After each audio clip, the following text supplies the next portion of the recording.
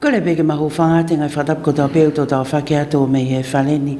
Ka e ata mua ke whahau koata e porokalama whakawike mo e ikpale mia o tō ngā toke tā pōhiwa tui o ne toa.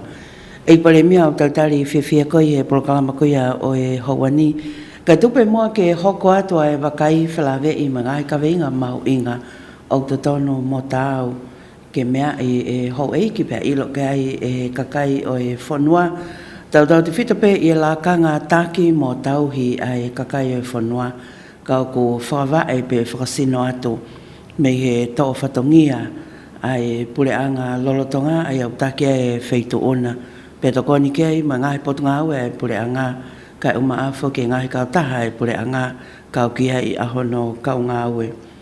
Tuku mo ke tā tokanga i e wikeni whlawe hanga tonu pe ma ngahi kau taha whapisnisi ai pureanga. Pe koe e ngahi kau taha i public enterprises ai a kokoe ai eiki minister i e potunga au e koia o whamalumalua e ngahi kau taha koe ni. Ka koe winga koe tawa o mai eni ki e whaasinga koia o e tau pe mo e whama opo o kwhai e ngahi ngā ue. Whe tuka tu pēa e whainga maalie ke e whai mua hono whama ala ala. Ai ngahi whatongia te whito o ko Fosia e ngahi kau taha pe koe ngahi public enterprises koe ni ai pureanga. Malo. Pito Catalina pa ko watape ke tātai whanua, mo whiwhinei whanua ko tape, mo mea mai e prokalama e tātai palemia, i he wikeni, ka tā ke hokoate ai tala noa koe ni ke ngahi business e pureanga, po e kawinga mau inga whogeni, e koe konga ia, o e ngai whatongia pureanga, o kai ke whaipe ia he loto i pureanga, ka awele waia ki tua, ki ngai sino tawataina ke o whai mea i ngai whatongia koia.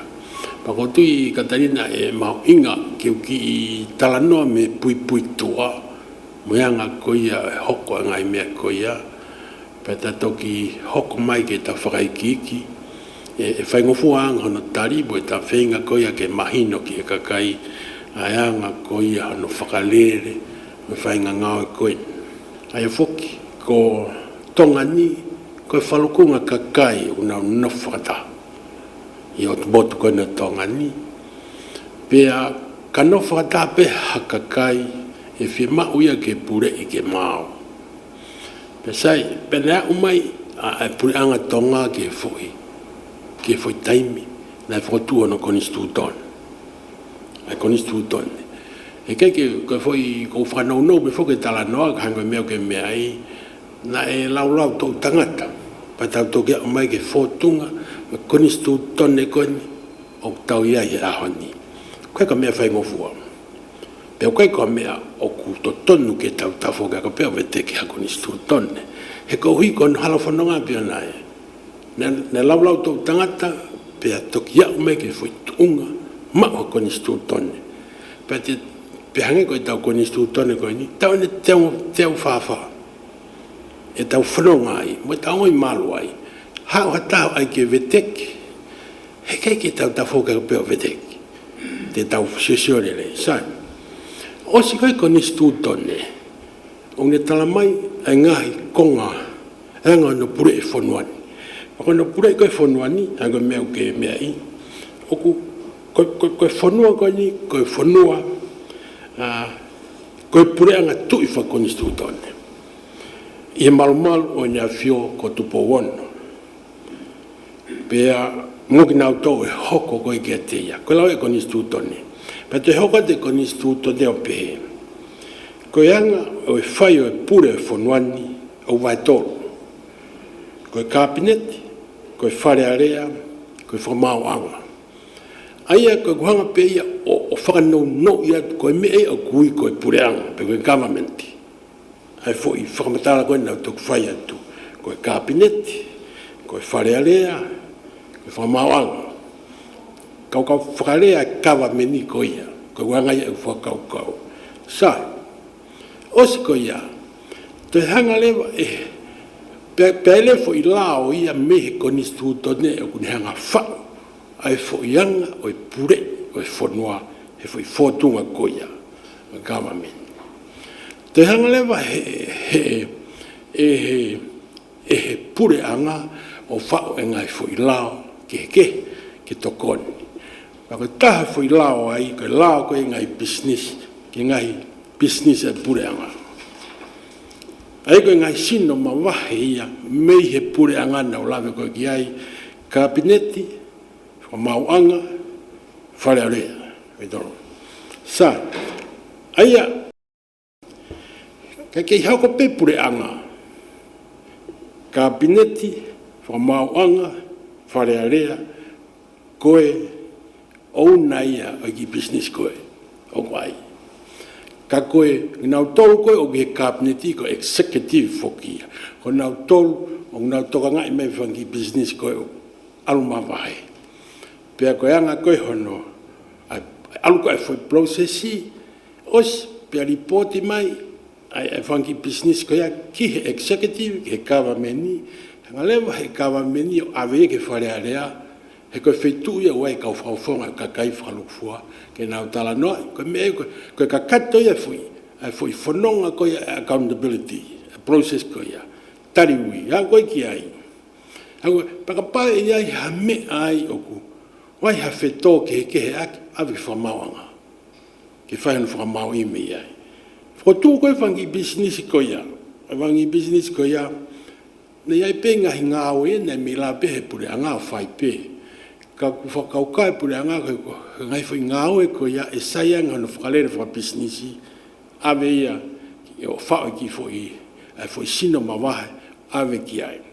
Pea hange koe ni, koe uhila, koe vai na e huwhia ngai whutange vai whao konei i mataki e ua matonga mai.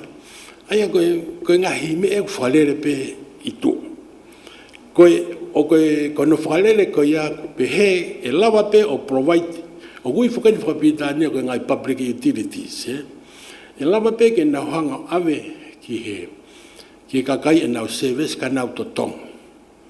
Aia, ko pape ke mau e tupu ke lawa whakalele ake pe mea ia ke nau tolpe. Sai, hanga lewa e he pure anga o whiria te kau tare kita. Ke kau tare kita. Ki he business ko tō pe, wata tau ke lao, ke na hanga whakarere, ai business ko ia.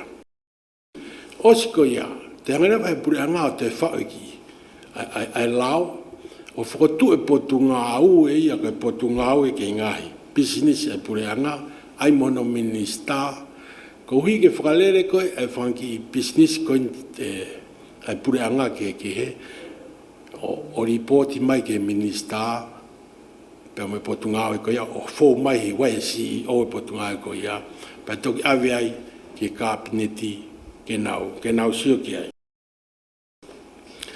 No tonga tau, ko pau ke whai, wai ngai pape wai whatongia e whangi, business ka ke nau tau report mai, ki he. Te nau whatawha mahina nau tau o whai nau ngā ue, ka wai pe tupe lao o nau whatongia, ke tau report mai ki he minister fo mai, e CEO koia potu ngā ue, ka uhi ke ilo e he minister a mea koko, pa tau report ia ki cabinet.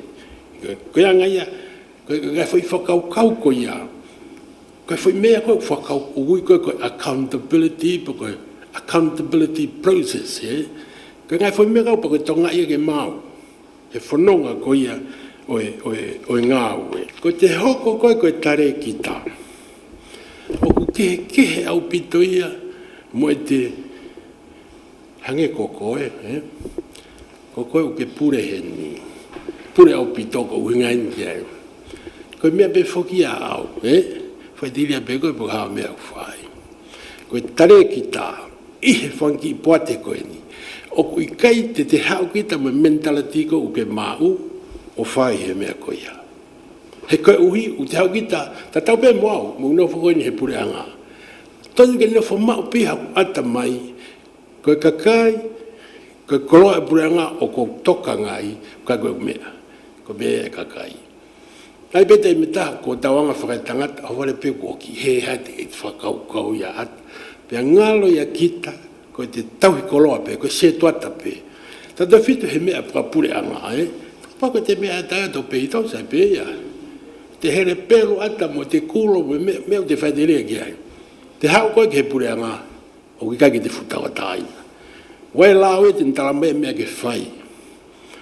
Peko pau te whaihala kita ki ai o ue sia ai to tonu koe ai kakai. Peko koe lewa. Koe foi process koe a tari ui o ku impea e peo ki ai ne wisia. Peko ia ku pau ke whai ke tokanga ia, whatongi ia tareki. Sai, he koe ui, koe mea koe tau pe ku pau ke whakalele o whatatau ke pure ai lao. Koe fo i taha ia o hono apalai pe hono whai, ai fo i lea koe o tau whanongo koe pure ai lao. Ka te hao nofe a takai koe ni koe whanki, ku pau ke te tokanga ke pure ai lao. O koe ke te whaitiria. Sai, e ose tau whapanga, sega foke me o se tau whapanga o tala mai mahina fia me o se tau whapanga pau ke prepare ke whamatala panga mahina fia me a koe me a pau ke atita o se ko ia mo whakata whakam annual general meeting whau mo report whakata o se ko ia pe o mai ke minister au ke pureanga ko ngai me koe o spau ia ke whai kake ko tala noa foki ke mahino ai felave ai pureanga wana konstitutone auri foi ke nge fangi business ko ni time ta tau ko ke kamata ko ngawe I tau he fangi business ko de pureanga o tala noa eleva e me ui ko rate of return because return on capital pe ko tupu ko e fenga I ke mau he foi he ki foi business ko ui ko ia e fe ko pesete fi he tolo e seti ko pe e fai ki tala no ka hui ka flere ka foi nga we he tau pe ma u pe kai pe os ko ia ba ngo la ndai pe fai me fa e uri poti pe atita pa wa tup ko fra mo fo ke fe ke tup o tup e section 4 ko ia he o lao public enterprise ko business ko tau pe buranga pe pau ke whakalere whaka business ke maa tupu. Koe foi u hinga tau potu ia. Pau ke whengai ke maa tupu. Sai, ka maa tupu. E tala noa eleva koe ha ai inasi pureanga. Po hai mea toi tuku ke hoko atua ki ai ngā. Te miu ta whakaukau e koe dividend. Pe koe inasi, He taimini maa koe mea koe na anga koe na rere mai mahana o mai fitu nima pesete fitu nima ki pureanga ka ke tuku pe wa nima ke hoka to ke mea ke la pe o te fe tala no e me ko ya anga men hoka uhila ko re mai ke o te o tuka to pe 100% ko hui wa ngai me ke hok o tala no ka bo pe ka ngai uhinga lele ke fai ha wa kai ki ai he ko uhi ko mandi ko foi konga la ye ai kolo e pureanga ne ave ke whakarere a ke ngai business ko ia I toa pe fai ngai service ka tupu ai pe te o mai ke konga ke pureanga ke tokoni he kulotong whakarere pe fo ke pureanga ai he taimi ko ia ke ngai ngao ke he ko ke toe ko e ako ko e mo uilelei ko e polisi hafua ko e climate change ko e whanua umea keke aia o me whakapaanga fo ke me tau tuhau ko e tānaki me ai ka kapai ma tupu he pa te ki vai ka pai mai pesete fitni ma o mai to koni ki he fa ke ngau ko I loto pure anga pe ko me ko foi process ta ko to pe ko me foi to kan ka administra mo pe mo ne CEO he po tu ngau ko ia ai ngai business pure anga e tonga foi process ko ia pe wa me le ke le pe ka me ki e ka no ta ma ki pe ko me hanga ni ka pau e filimai ha ko CEO ko ngai potunga we ngai mea ka fetong o tu ia lao o ko interview mo mea mo pe kai ke fili ai pe e poate e te o mai ke approved e ka apneti pe e tota ko ia fangi mea ka to ka ngai e CEO ko e potunga we e vakai o tau fo pe process o tala ko e lao. Malo pito ekbalemia pe beheki he ngahi whamala ala ko iau ko whai. Pako konga mahu inga whokia I hono tokanga kina me lakanga tauhi me lakanga taki. O ngahi koloa e pule angaka o ku ia malu ia ngahi kautaha pe ko ngahi poate. Ka pau te u hoko tai pe ki he tokanga pe whlawe I pe moe tu unga whakalu ku fua. Ki he wakai koe ki tu unga whakalu ku fua o ngahi kautaha e pule anga pe ko ngahi poate. I te imta tau pe whoki o ku mei o koe ngahi poate koe ni whoki o ku whatata I ki nau tolo whamalu I he ngahi wa keke hange koe a koe whetu taki o koe ngahi poate ai e tolu hange koe whewhalau aki hange koe mau angaiwi me ngahi koloa te whita o whia mau he kakai o e whonua. I he taimi ta tau pe whoki pe mo e ngahi inasi ko ia ke whai hono totongi ki he pule anga I he taimi ta tau kau ko whemahino ake ai pēa e pule anga pēa mo e ngahi kautaha koe ni. Mo toi whamatala pēa mato aki maho inga pe aonga ko ui ko e polokalama ko ia o e hoa ni.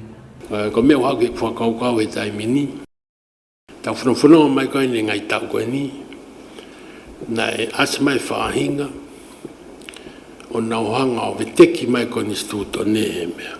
Tāpara ki poe mai ai, anau tāna mai nau whakaukau. Nau whakadatu ka koe ni stūto ka tatonu ai taimini o teo whangwhuru maa whai pa taonga umalo ai. Kai ke pēa ia oku o hao whewhe la peke mea. Ka koe uhinga e ku whakaukau.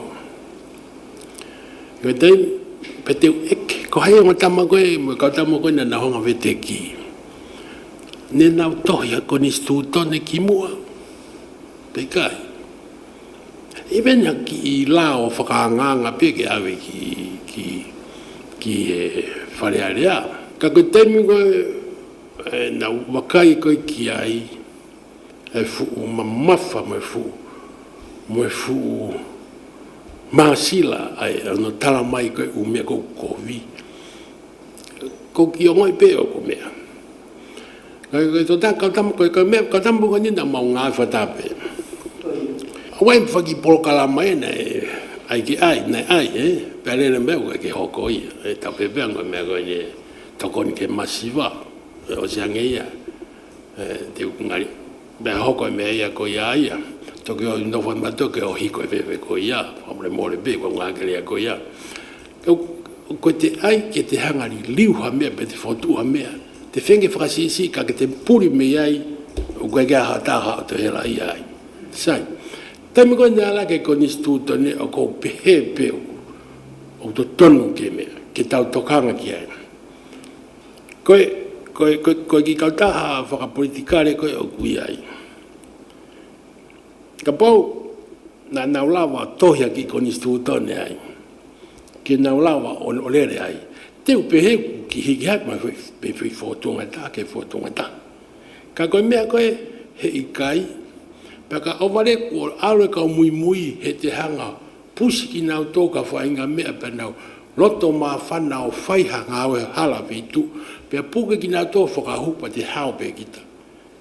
Kei whaka mea pe ko ni stūto ne koe haia ko hei ki whai klupu ko ia ulau whakailo pe kai kai ki hoko ia. Aia o mau inga e tau sio koe tau lele mai koe he mea o alupe o tau nofo ngā ue he foi.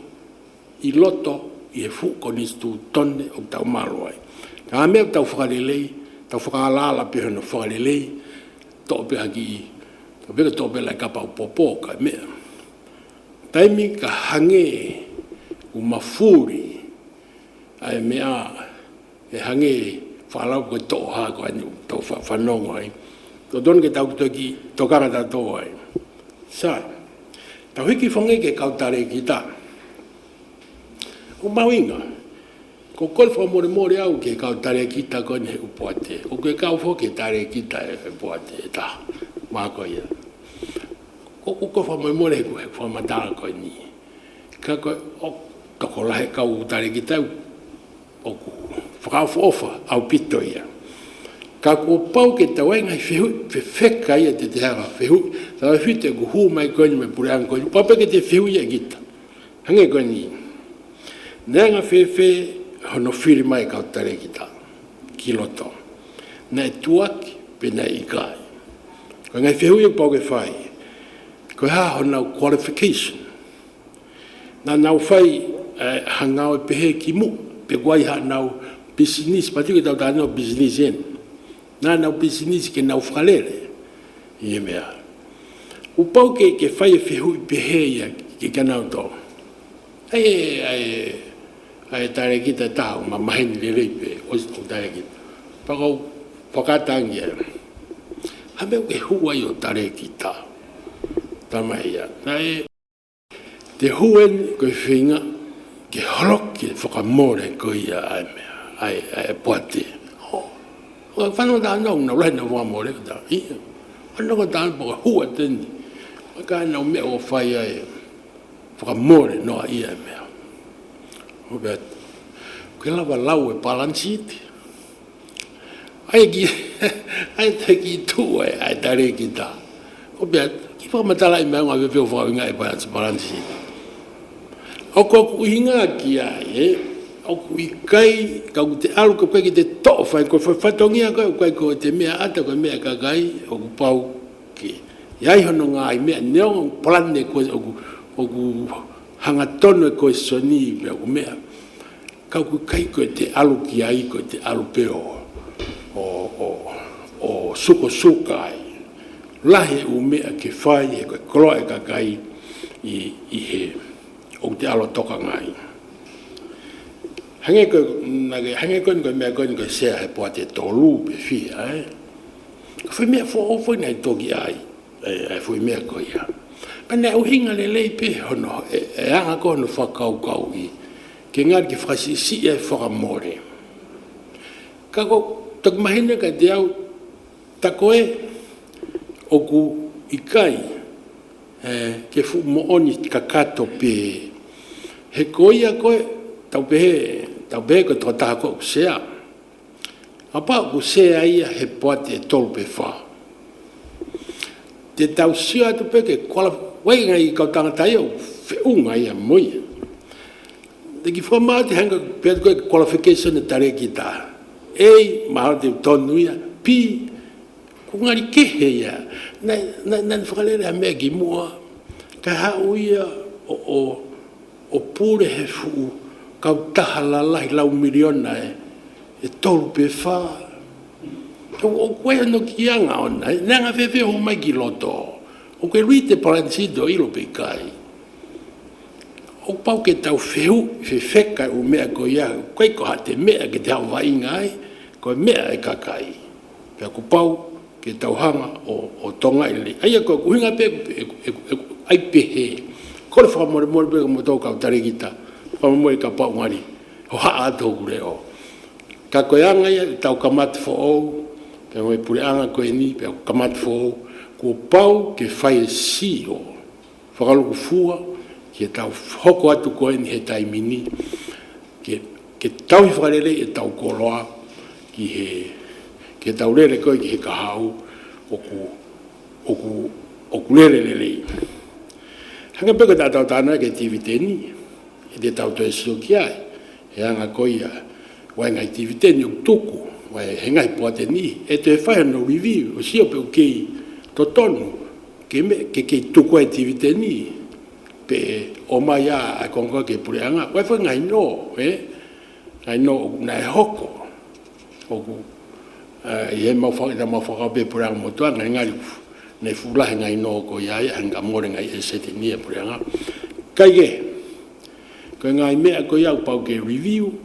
Wai ngai, me ko ngai, kako in general, ko tau whengawe, ko toa pe ke lava, ai mahino le leiang, e tau tariui, ke koloa, ai kakai o tau taui.